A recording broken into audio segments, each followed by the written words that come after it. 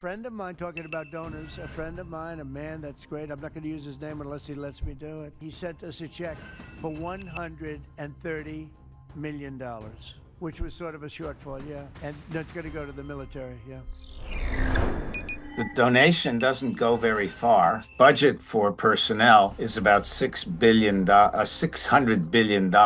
So 130 million donation really is very, very little. So in terms of that, it'll pay for a very small number of troops. Otherwise, there's been some talk about it might be a violation of what's called the Anti-Deficiency Act, but I'm not sure that it is a violation. This is much more complicated because normally that act involves spending money, federal money, that Congress did not appropriate. But this is a different case. This is a donation. And if there was something that the donor was getting back, that would also be an Anti-Deficiency Act violation.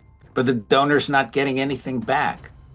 I suspect that before the president announced this donation, he had the Office of Legal Counsel in the White House confirm that this was okay. And the Office of Legal Counsel is the ultimate authority for deciding legal cases for the government. Well, I'm not sure what kind of private influence there is here. As I said, there are reports that the donor is a member of the Mellon family. They're not looking for any defense business. As far as I know, they've never been involved in defense. So it's not at all clear what benefit there is. It really looks like a donation. Maybe there are people who just don't like the administration and will jump on anything that it does. But if you're asking a straightforward question, is there an example of private influence? I don't know what influence is involved. Again, it very much depends on the nature of the money, I think.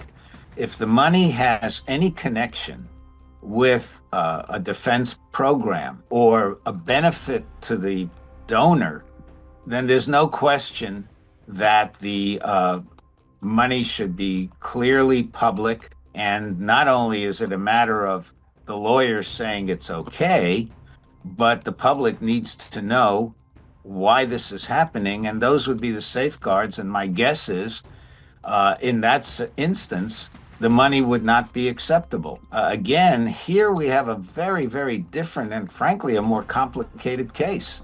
There's no benefit to the donor. And so if the donor wants to remain anonymous, it may be possible that that's okay. Again, I suspect the Office of Legal Counsel in the White House reviewed that consideration too. That's the point here. This doesn't seem to be any benefit at all to this particular donor. And that changes the nature of the donation. I don't know what you mean by his army and not USA Army. It's the American military. I don't know what that means, the way you put it. Obviously, anything that involves Mr. Trump becomes front page news. And then, of course, it depends if the newspaper or the media involved likes him or doesn't like him.